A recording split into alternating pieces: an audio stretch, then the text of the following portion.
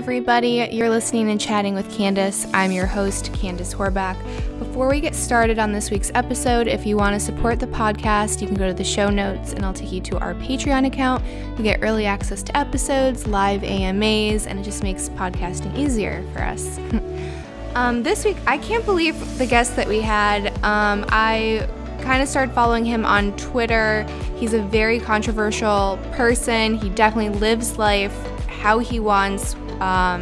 He doesn't really conform to norms by any stretch of the imagination. He's kind of like a modern day outlaw, a bit of like a tech renegade, if you will. So this week we have John Mcafee. So his story is really wild. Brace yourself, buckle up. This gets a little bit crazy and I wouldn't have it any other way. Enjoy the episode. Appoint you the title of like the world's most interesting man, and I'm probably not the first person to say that. I started following you when I saw someone like retweet you wearing like a thong on your face, and someone was saying you were getting arrested at an airport because that was a mask, and I was like, who is this guy? And then I got into a bit of like a YouTube hole and a Google hole, and you don't want to dig too deep into me. It isn't pleasant and it'll get you nowhere. So I would disagree because it's like, who has a story like that, right? Like you have to have, okay, so first starting, you created like the first antivirus software, right? So you have a background in engineering or? Software engineering, that's all I've ever done. Well, software engineering and chasing women, and that's all I've ever done. Okay, so you had like a massive exit, which is unheard of, right? Like that very rarely happens. It's not my only company. The reason people talk about that company is because it bears my name. Mm-hmm. But I've been involved in a dozen, more successful really in terms of finance. But we can talk about that later. But yes, I mean, most people know me for Mcafee antivirus. I was the first person to create an antivirus program, and there you have it. But it was boring. It really was. I'm so sorry to tell you. There's nothing exciting about it. So what's your passion project now then? There's probably several. It's quite a few. Well, my biggest passion project is a cryptocurrency called Ghost, but that's not the currency. I'm attempting to turn that into a stable coin. It'll be the world's first stable privacy coin. And I think it will become the standard for cryptocurrency exchanges. Not for, because it's a stable coin, you can't invest in it. It never goes anywhere. It's always pegged to within 1% of the US dollar, so why bother? You can't hold it and expect to get rich. It's not happening. No, It's actually to be used. Now, governments do not like this at all. Already, governments are coming down on Monero, which is the standard privacy coin, but Monero fluctuates wildly in value. It's a spooky thing to use as a standard of exchange. A Ghost, which we've already developed, is equally as private and anonymous, and we're coming out with a stable version of it. Good God Almighty! I mean, that's going to take over all cryptocurrency exchanges. I think when people actually using it, not investing. Listen, people do not invest in cryptocurrency. Go to Las Vegas and play roulette. Or craps. Craps is best. The best odds of any in Las Vegas is the pass line. Just throw your bets on the pass line and just see if you get more or less after the seven, or after the deuce is rolled. So no, it's my real passion, and I know that governments are going to come down harder on me, and they're already coming down hard. I'm on the run from 6 different governments now: Belize, the United States, the Bahamas, Cuba, and the Dominican Republic. Is that 6? I think it is. Yes. Yeah, that's absolutely crazy to me. I was when I was emailing with your wife, I was like, your life is kind of like a Bond movie to me. Like it's just when you think you kind of like are catching up, like there's like another twist and another turn. I'm 75 years old. I've been arrested 22 times in 11 different countries. Um, my last arrest was 18 months ago in the Dominican Republic. And people, if you're looking for a jail experience, really only the most hardened and seasoned jail experienced people should try that one out. I mean, it's ugly. It's just a cut above United States jails, which are just about at the very fucking bottom. Well, yeah, you get fed, but no. I mean, the jails in America are cold, harsh, loveless environments. What's the best jail? Mexico. Oh, really? Why is that? Well, it's a social. It's fun. I've been jailed 4 times in Mexico, um, and every time was one of the greatest experiences of my life. I mean, I made friends. There's parties. If you got money, they'll bring you beer. They'll bring you girls. They'll whatever you fucking want. Oh, As long wow. as you're paying for it. Mm-hmm. Well, I was in prison in Guatemala. Jesus God, I've never had more sex in my life. Oh my God. I'm serious. No, I mean, I was raw. Why? My Spanish is not good enough to enjoy the television or even have a decent conversation Mm-hmm. for more than 30 seconds. And no one there spoke English. So, yeah, hookers. I just filled myself with hookers nonstop, which you can do.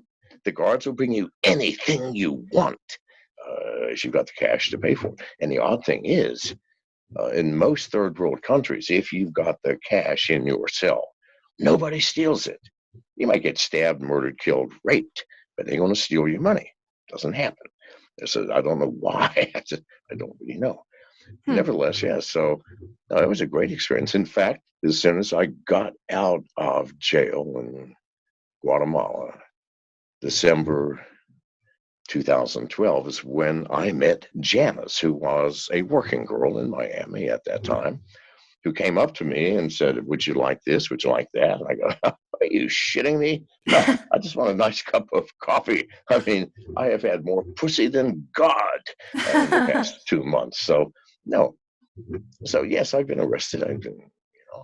So how do you find yourself in these situations? Like on the run from like six different countries and then getting to experience all of these jails. I make my own rules. I Mhm. don't. I don't abide by government's rules. I mean, Jesus Mhm. God. Not that I break rules like murdering people and molesting old ladies. No, rules like, oh no, you may not cross this imaginary border without all this documentation. Well, fuck you. I'm going to swim the river 2 miles upstream. So fuck you, people. No, I got arrested. In fact, my 2 months in Guatemala was for entering Guatemala illegally by simply coming in by boat, grabbing another boat, and going up the Rio Dulce to Fronteras without having a stamp in my fucking passport. All right. Sometimes I don't want to deal with authorities, so fuck you people. So probably half of my arrests have been for crossing borders illegally. Oh, I wow. don't believe. Well, I don't believe in borders. I'm so sorry. No? Uh, 4 arrests were for possession of drugs, which I think, why the fuck is that illegal? What am Mhm. I? Am I grabbing children and forcing down the throats? No, they're for me, people. Leave me the fuck alone. Did have one stupid arrest. That was a DUI, I think in 2017, maybe 2016 in Tennessee. And I was arrested for a DUI, carrying a shitload of loaded military firearms. So in Oh, any that'll case, do yes, it. Yeah. yeah, that just does it. But listen, I did 48 hours for that. That's all. Oh, wow. Well, I mean, I'm just honest with people.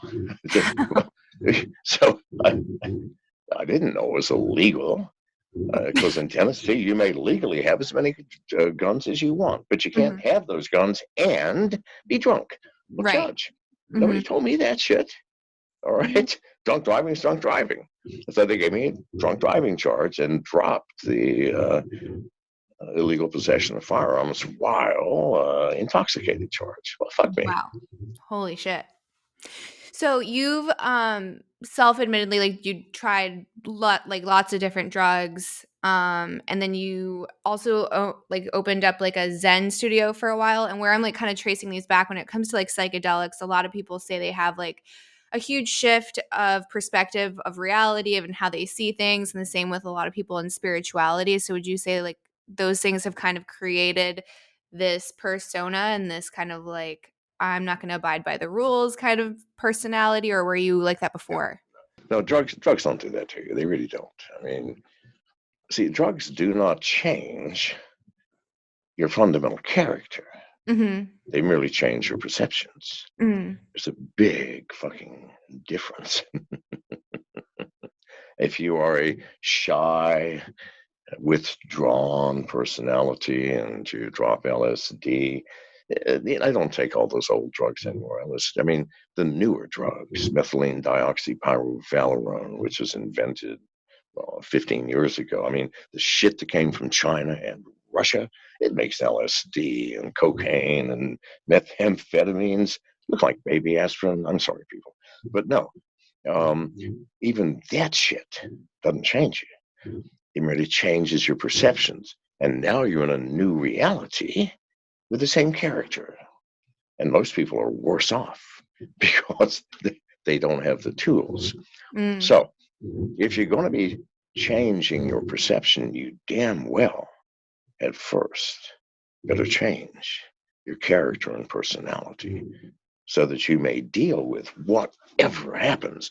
If the roof blows off of my house and aliens come down, I'm ready for that shit.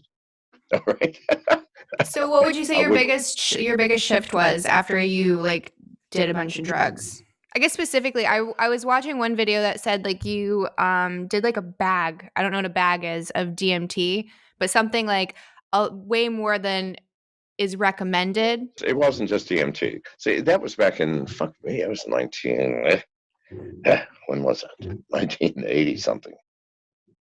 Very late in the game. No. It was in the 70s, I think.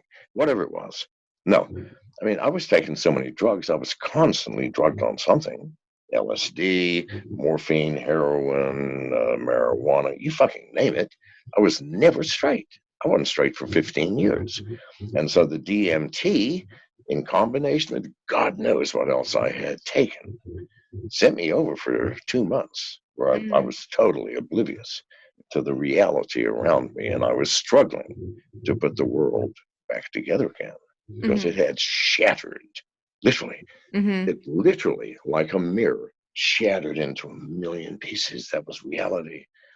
And I struggled for 2 months to take pieces and put them back together.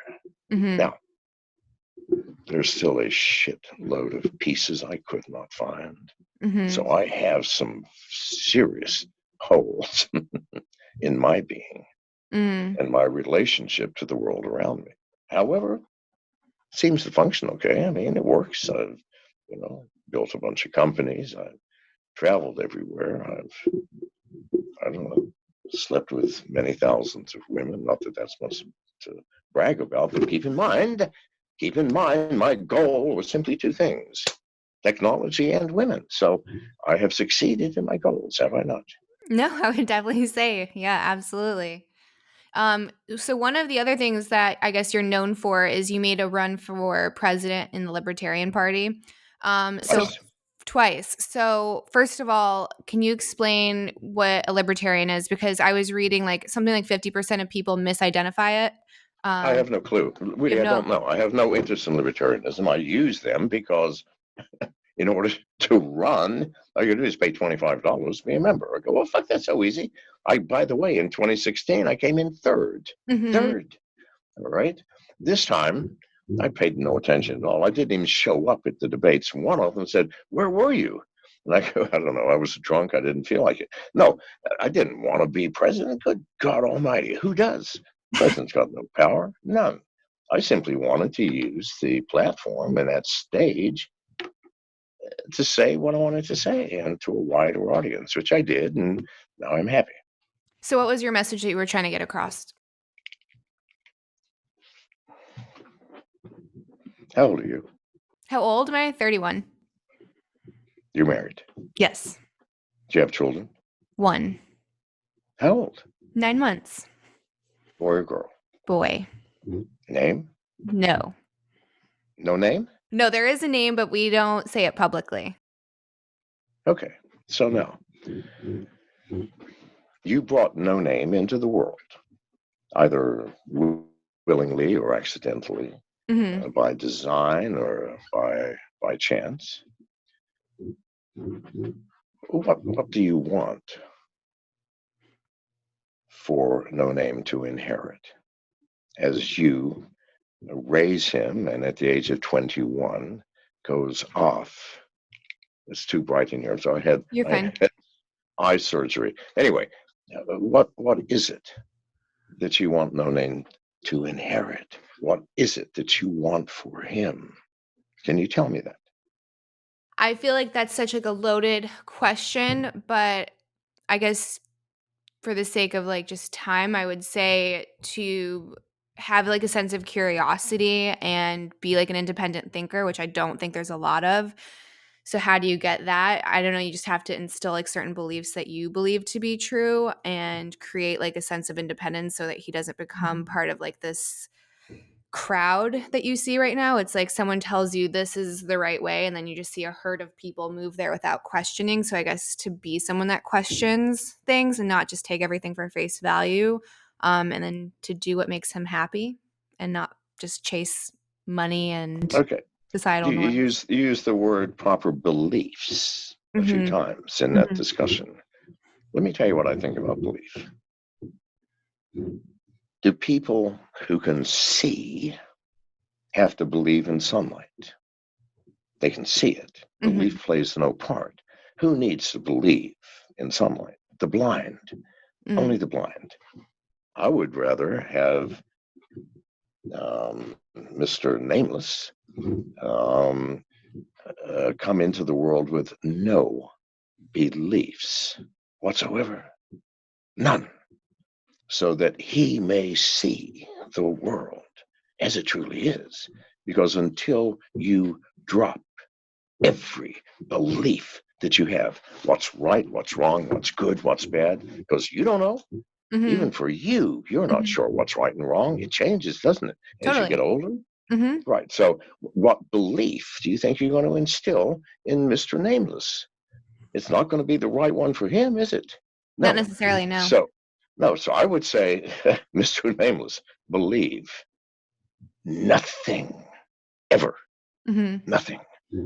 And if you find yourself believing something, understand this: you are blind to that something. Otherwise, belief would not be necessary. Now, have we got off on this nonsense? I do not know. Other than We were talking about your message for like the message you were trying to get across when you were running for president. I just gave it to you. Okay. Is So I know guess yourself before you try to know the world.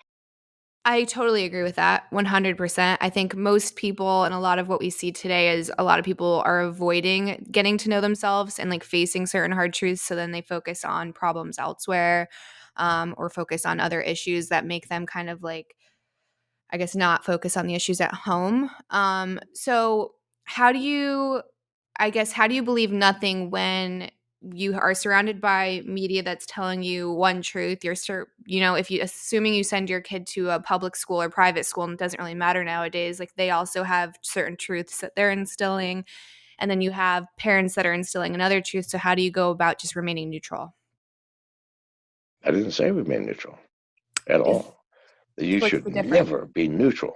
You should be always 100%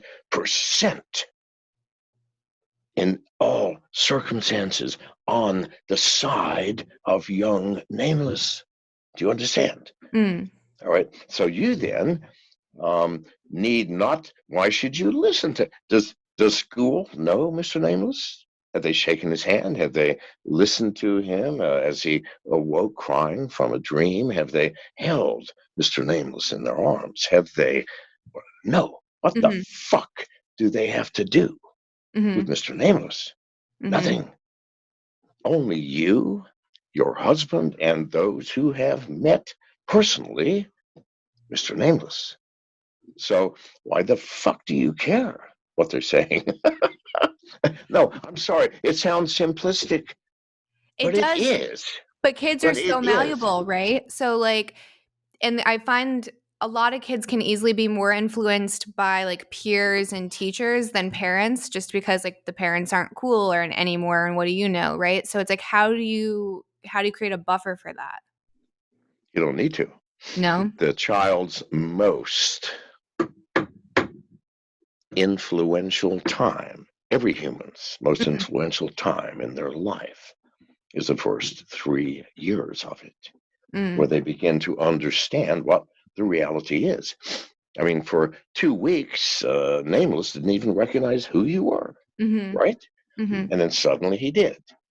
And from there began to, you are the guide to his reality in these 3 years of his life. I mean, Mhm. so you don't, doesn't matter what's going to happen after. Pay attention to now. What does he want? What he wants is a coherent understanding of his environment. Uh, the relationship between you and your husband. Is it calm? Is it happy? Mhm. Comforting? Or are there angry words in front of Mr. Nameless? Mhm. Who gives a shit about what school he's going to go to? That's Mhm. of no importance compared to what he is learning of the truth of this world through you and your husband. Mm. Well, I hope you're right. I definitely hope you're right. Okay, I mean, how can that possibly be wrong? Think Because about it. you see certain I guess issues kind of arising, especially within schools and with peers, and then a lot of parents are like, what do I do? Um so I guess like that's where Well, my if by the age of 3, Mhm. if you have given an environment of nothing but love Mhm. to Mr. Nameless, it's not going to matter what school you send him to. Do you Mhm. understand? He Mhm. will, at the age of 3, have formed within himself a solid basis of relationship to reality. And from that, who gives a flying fuck? Mhm. I mean, school him yourself, send him to a Montessori school. It will not fucking matter. It Mhm. won't. It won't. And if you have given him an environment of love, caring, and harmony, and then sat him down at the age of 5, or when do kids go to school these days? 4, 5, 6? 18 months now. Well, don't do that. Mhm. Don't do that. Why would you do that? Please, The God, that's narrative is insane. that it's supposed to like give them a leg up on kids that don't, and they're getting Stop, ahead in stop STEM. listening to the narrative and listen to the heart of a mother, which is in you. Mhm. Good God Almighty, that's insane. I had no idea. Oh I'm going to yeah. start lobbying against that shit. Don't Yeah, do it's it. really Don't young. do it. No, Mhm. it's stupid. Mhm. Why do they say that? Because those in power don't want a 3-year-old or a 4-year-old who's already formed starting. They want to start indoctrination and propaganda at the Mhm. age of 18 months, please. God, see the horror in that? Mhm. No, totally. And Don't. that's where we started getting like our concerns when it came to education, because certain things that they were teaching 18-month-olds, I was like, this is really off. Like things that were just in my mind wildly inappropriate. So it didn't make sense. Well, so then if it is, then don't do it. Listen to Mhm. your heart and go, not going to do it. Fuck you people. Totally. I'll Yeah. send them to school at 5 or 6. If you don't like it, fuck you. Mhm. Yeah. It's a crazy time for being a parent right now, for sure. So you mentioned, you did mention earlier that presidents don't matter. So would you say that people are being like really dramatic when they say like if a certain president isn't elected, we're going to be socialists, and then if a certain president isn't elected, that there's just going to be chaos in the streets forever because there's so much division? I guess where do you see, I guess, November taking us? Do you think it's going to make a difference at all, or we're going to kind of still No, be? it hasn't made a difference since Mhm. 1960, for God's sake. If you think presidents matter, can you not look at history? Recent history. Obama, 5 years of his presidency spent building his magnum opus, Obamacare. We all knew it would be destroyed. Mhm. Those of us who had a brain, why are you doing this? Because he's a president. Presidents don't matter. What happened to it? Gone. Donald Trump, I'm going to build a wall between America and Mexico, all 1,796 miles of it. How many miles were built? 3. Because he has no power. Not that he didn't want to. Of course he wanted to show, see, I do what I say. No, president's got no power. The power resides in that fossilized, fixed bureaucracy of people at the middle level that can't be fired. Presidents can't go and fire some clerk in the Social Security program in Boston. No, can't happen. They have the power. Who makes laws? Supposed to be Congress. For every law Congress passes, this bureaucracy passes 20. Look it up, people, please, God. So it doesn't matter who's president. They got no power. They can't do anything. And you show me a single president that's done anything. I mean, anything. I'm going to build a wall. No, you're not. I'm going to make Obamacare. No, you're not. Nobody's going to do anything. Of course, you're just a fucking president. Why we care who president is, I don't know. We care because it keeps us from looking at the true power. The fossilized bureaucracy of that 3 million people who've been there and will be there their entire lives. That's where the power lies, and we can't vote those motherfuckers out. That is the problem with America. Why you care who the president is? I just laugh and go, oh, Trump, oh, I'm going, what, are you idiots? Have you not looked at history since 1960? No president has ever done anything that he said, I'm going to do. You go, well, presidents don't keep their promises. They try. They're not idiots. Of course they try. They have no power to do so. Please, God, people, let's wake up. And foreign affairs, it's the CIA who decides that shit. And they tell the president, listen, the second Gulf War, how did that happen? Okay, the CIA goes, you know what? We've tried 7 times to assassinate Saddam. Listen, this isn't working. Let's just bomb Iraq into the Middle Ages. And somebody goes, okay, well, tell the guys in Washington to make Bush bomb Iraq. How did they make Bush bomb Iraq? They said, Mr. President, we have an issue of utmost criticality. We've just discovered that Iraq has nuclear weapons and missiles capable of destroying our closest ally, which is England. And Mr. President, we fear that there will be an imminent attack on London. Within 24 hours, what were we doing? We were bombing Iraq into the Stone Ages. Were there nuclear weapons? No. They looked for them for a whole fucking year. We all knew there were no nuclear weapons. Do you understand, people? Stop looking at presidents and Congress. They got no power. Instead, look at the real problem, the fossilized bureaucracy that truly runs America, that makes all the laws and all the decisions. Now, listen, that's why I laugh when people go, well, Trump, oh, Biden. I mean, are you people stupid or what? Why are you bothering? So I guess where do you go from there? We just kind of like at the mercy of those people that we can't be voted out. We just have to see how it plays out, or like what can we Oh, we do? wake everybody up because listen, here's what happens when people see the truth and enough of them. You don't need a plan. You're watching an enthralling movie on a screen in a theater, and there's a fire in the back. You notice it, but the movie is so enthralling, no one's going to turn around. If you can get everybody to see we're on fire, we're going to die, do you need a plan? No, you don't sit there and go, okay, so now after the fire, row one. No, fuck me. You leave. We're all saved. So I don't know how it's going to happen. I do know that if we don't wake people up, it will not happen ever. That's all I'm trying to do, is point out the truth of reality in America to how do people you like yourself. how do you go about waking people up?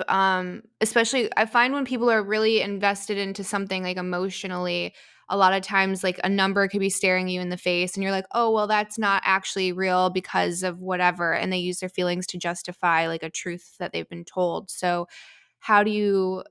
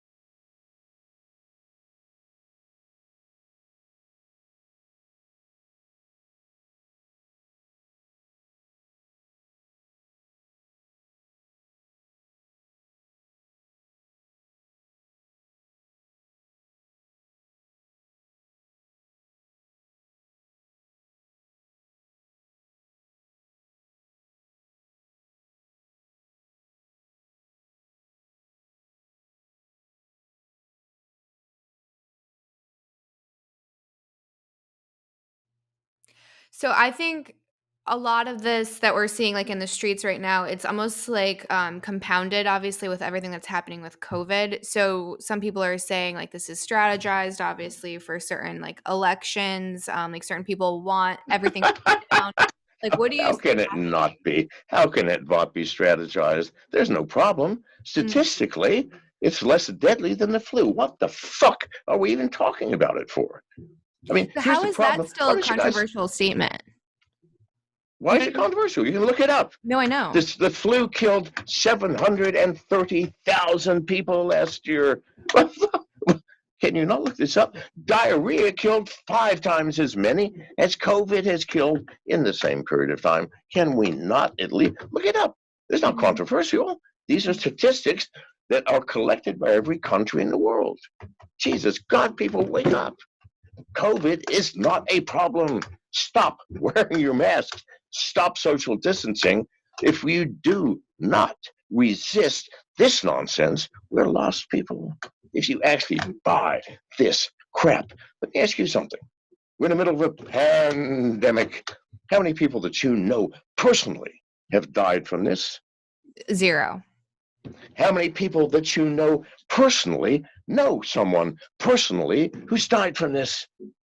None. There can't be. There's not enough deaths. 1 person out of 10,000 in this world has died. Of course, you can't be touched by it. Good God, people, wake up, please. A pandemic, you're going to know somebody who died, or they're going to know somebody who died. No, there is no fucking problem. And especially you youth, nobody under the age of 50, well, I'm not saying nobody, less than 25 people worldwide under the age of 50 have died. And yet you motherfucking children are wearing masks? What the fuck is wrong with you? So I guess So some of the argument when it comes to the numbers is like there's one number, right? And then the CDC says, well, actually only 6% of that number was COVID alone. So those people that are arguing like a larger number are saying, well, if they didn't catch COVID, then they wouldn't have died. But to my knowledge, we don't report other, things like the flu or other diseases that We way. don't. But I'm using the best, meaning I'm using the government saying this is the worst case. Mm, At the worst case, it's not a problem. That's all I'm saying. mm, And if it's 6% of not a problem, please God, wake up, children. Stop this nonsense. Do you want nameless to grow up having to wear a fucking mask? Because if you don't stop yourself, then you are convicting nameless to a life of insanity. mhm. So I guess where do you see this going? Because I've been talking to some people that are suggesting like masks are going to be a thing till like 2022. So do you think people are going to be compliant with that or? I hope not. I fucking hope I'm not. Mhm. When I have to wear a mask, I wear my wife's fucking thongs. And if you don't like it, arrest me. And I've been arrested once already. Mhm. But I am not putting on a fucking mask which restricts. If you don't think masks restrict your breathing, put one on. Mhm. Tell me that you don't feel different. Mhm. Of course you. It's insane. Doctors in Oklahoma have now filed a suit claiming that masks are going to kill 100 times as many people as COVID if we continue to wear them. And they're correct. You're Oh wow. rebreathing your own CO2. Good God, wake up, folks. Mhm. They go, well, doctors wear them. I'm sorry. This is because the doctor, that's hardly a recommendation. Doctors die 10 to 15 years earlier than everybody else. They go, well, doctors wear them. I go, well, I'm not then. If doctors wear it, I'm sure as fuck not. They have the shortest life expectancy on the planet. I mean, do I you didn't know that. understand Google it, people. Fucking Google it. Every country in the world, physicians die before anybody else. Now, I'm not saying it's because they wear a mask, but I'm saying you're going, well, doctors wear it. Well, then I'm seriously not wearing it. Mhm. Well, doctors take vitamins. I ain't taking vitamins. Do you understand? Mhm. It's like it's insane. Well, here's a group of the population that dies earlier than anybody, so we should do what they do. Do you understand how stupid that sounds? And yet people say it. Please, people, just wake up. So where do you just kind of like get in like your own rabbit holes where you're trying to just find independent sources of information? Because I guess where do you see like the news going? I don't I don't go down rabbit holes. I just go to the sources of information. It's not a rabbit hole. Mhm. Statistics is not a fucking rabbit hole. Well, yeah, yeah, yeah. So like where do you get your news though? And I guess you just find independent sources or cuz right now if you turn on any like mainstream news, they all have like the same story for the most part and like they I've never, I mean, for 10 years, I have not watched Fox, CNN, or any. Why the fuck would you be watching that crap? mm, No, Google. I mean, go to CDC first, ask them where they get their data. Well, mhm, then go to those independent sources and check how valid it sounds. mhm, All right? Do the same thing with WHO. Do the same thing with the Japanese Organization for Health. I mean, it's going to take you, right, it's going to take you half a fucking day, but you're mhm, going to know what the truth is, people. mhm. You can't. You promised we could talk about knitting. Knitting, And I'm sure. What do you want to talk about knitting? the relationship of knitting, mortality, and Russian cuisine. For example, do you ever see 12-year-olds at the mall waiting for their friends knitting? No, fuck no. No. Who do you see knitting? Grandmothers Yes. waiting for death to come knocking at their door. And what are they knitting?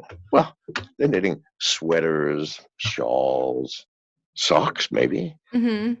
for their great grandchildren or grandchildren who they know will never wear it. Because I ain't wearing that shit that grandma done. No, they know no one's going to wear it. And yet they spend weeks, sometimes months, knitting that sweater. And for every stitch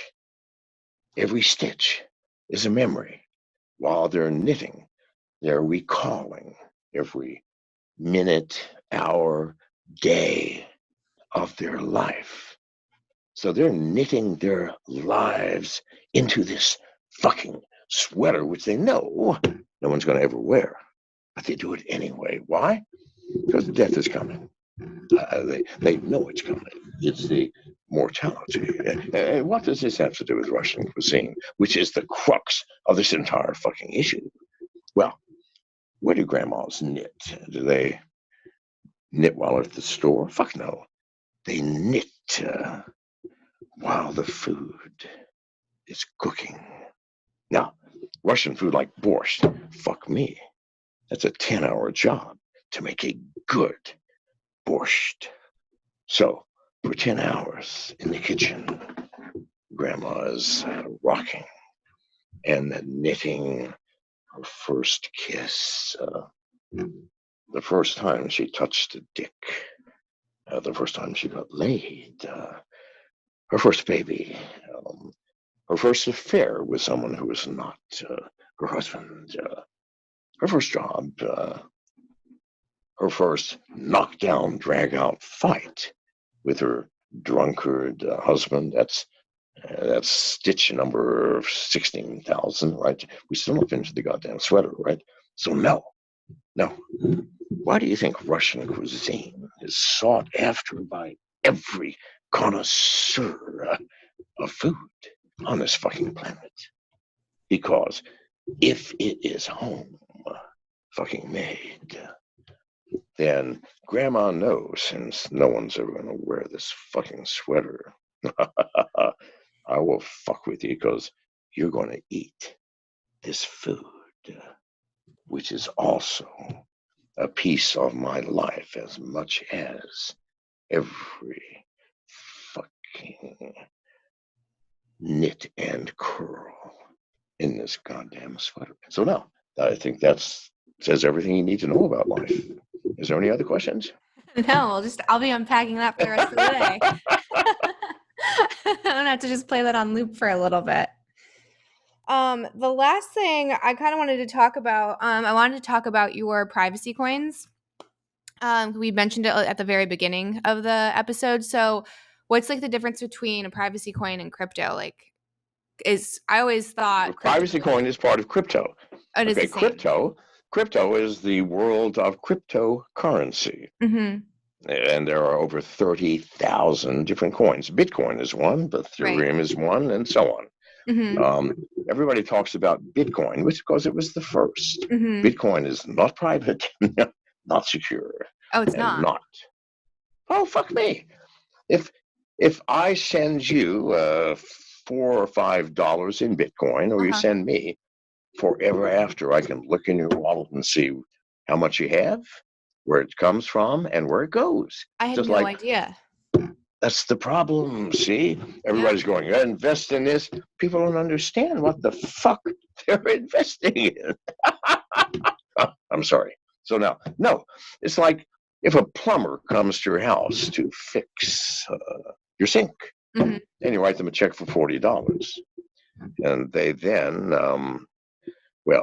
they go to the bank and cash the check and say, and by the way, I've got a check here from Candace. Can you tell me how much money she's got? They go, yes, of course. Here's her balance. I go, that's interesting. Can you tell me for the past 2 months how much money's come in and from whom, and all the checks that she's written to people? They go, yes, of course. Oh, how about all the wire transfers? Has she made any? Let's see. Oh, yes, she made 2. Who are they to and for how much? Would you be happy with your fucking bank? No, definitely not. That's Bitcoin.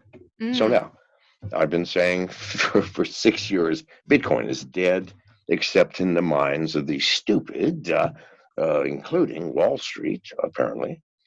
So no. Is Ethereum the same? Exactly the same, yes. Exactly. Unfortunately, the difference, but here's the difference. Ethereum is not dead. The reason Ethereum is not dead is because of smart contracts, which Bitcoin does not have. Ethereum was the first coin with smart contracts. That's some powerful shit, all right? And on Ethereum, you've got probably 10,000 coins that are built on that chain. You can't ever get rid of Ethereum. Now, It's not going away. Bitcoin's going to go away. But Ethereum, since Ethereum, almost every new blockchain that's created has smart contracts. So, smart contract. What's a smart contract? Okay, let's say that you and I agree. You bet me $200 that I cannot seduce Ivanka Trump. And I go, fuck, anybody can seduce her. I can do it. Now, and you say, I want proof in terms of photographs. I go, okay. So you and I do a smart contract on the Ethereum blockchain or any blockchain.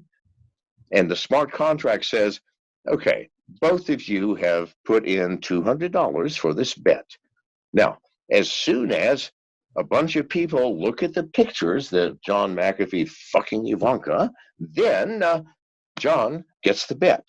If by October 30th, John cannot produce those photos, Candace gets the money. That's a smart contract. Do you understand? Mm-hmm. And monitored by the entire group. If I submit the pictures and everybody goes, yeah, that's John and Ivanka, and people go, no, that's John and some whore in Bangkok. No. Well, you still get the money. I don't. Do you see? That's a smart contract.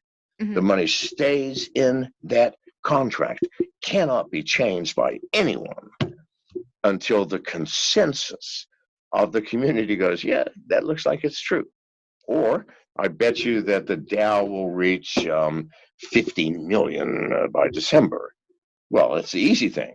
We just go, was the Dow 50 million by December? Yes or no? If not, you get the money. If so, I get the money. That's a smart contract. Okay.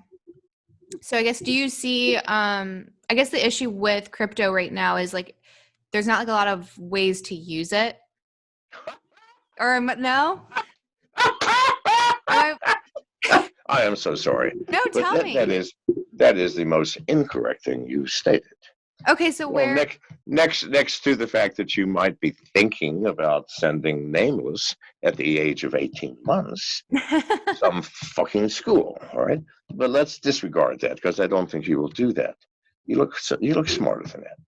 So now that is now the strangest thing you said. No, I don't have a bank account. I have no cash. I have no credit cards, no checks, nothing except crypto.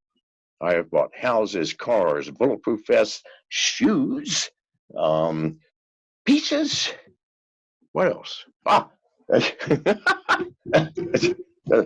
$17 dinner in London. Oh, hotels all over the world now except crypto. Really? All right. Duh. I'm like shocked. So like, let's say you want to get groceries though. Like, how do you get groceries with crypto? Well, now that's the problem. Groceries are a problem, I have to admit. But easy. I mean, there are many online. It depends on where you are. I mean, if you're in Germany, piece of cake. If you're in England, if you're in America, easy. There are many, many, many companies that will deliver food to you for crypto.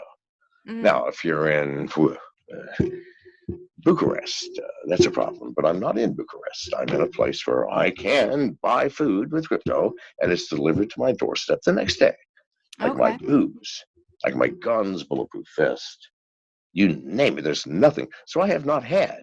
Janice and I don't use money or bank accounts or credit cards. We haven't for years. When I do work for people, if you can't pay me in crypto, I can't work for you. I'm sorry. What's wrong with you people? So, in fact, I just produced an autobiography with help from a Scottish ghostwriter. We got a contract for a shitload of money. They couldn't pay us in crypto. I said, I'm sorry. Now the ghostwriter is pissed off. But no, you can't pay me in crypto. Then who the fuck are you? I'm sorry. We should have figured this out to begin with. But that's rare. That's rare. No, if you can't do crypto, you're not worthwhile working for. And if you can't accept crypto, then your products can't be worthwhile buying. There are hundreds of thousands of us, just like me, that no longer have cash, bank accounts, or credit cards. We don't need them anymore. That's fascinating. I want to do some more digging into that because I think crypto. You obviously, why don't you do this? Yeah, give me some resources. Why don't you? Yeah. Well, Google. Why don't you just Google? Do you have Google handy right now? Yeah. Why don't you Google real estate for Bitcoin? Even though Bitcoin is no longer used, a few idiots still use it. Real estate for crypto, for Bitcoin. See how many hundreds of sites come up that sell real estate for crypto. Oh, wow. Oh, wow, is right. Hundreds. Anything from $50 million mansions to a $25,000 house in the suburbs of St. Petersburg. Yeah, I'm Do you understand now? Do you understand what I'm saying? You have missed a movement. I guess so. Seriously. Hundreds of thousands of the world no longer use dollars, euros, or penny. Nothing. No longer use credit cards. No longer use banks. And we're surviving quite fucking well. Yeah, fascinating. I know what I'm going to be doing for the rest of the day. Now, you did Google that, right? Yeah, I did. Yeah. It's like what did you find? What was the first one you found? Just name it. The first one is bitcoinrealestate.com, and it's got some... By the way, do not go there. It's a trash site. The houses are 20% overvalued. There are much better sites, okay? Oh, yeah. Just do some search, people. Because most of the houses that you can buy with crypto are 20 to 40% cheaper than buying them with cash. Why? They do not have to report the income. Do you understand? Oh, yeah. I was going to ask how taxes go into that. Because you sell a house and you got to pay, depending where you are, as much as 40%. Right? In taxes and what? No. You sell it for crypto. What do you pay? Nothing. Nothing. Yeah, it's a massive upside for sure. Massive upside. So everything we buy is dirt fucking cheap. Do you understand? So I'm glad you did this for your audience to say that Mcafee is not as insane as he appears. Although I am, in fact, as I started out going, listen, there are some pieces missing in me from that experience in the early 80s in St. Louis, Missouri. Nevertheless, I still function and I see things that many people do not. Well, I appreciate you coming on and giving me an hour of your time. Well, you're very welcome. And, let's get together again in 2025 or 2030. Yeah, see where everyone's at. That's it for this week's episode. I hope you enjoyed it. If you have the time, please rate and review, and you can always hit subscribe to stay up to date with our latest episodes. I hope to have you back.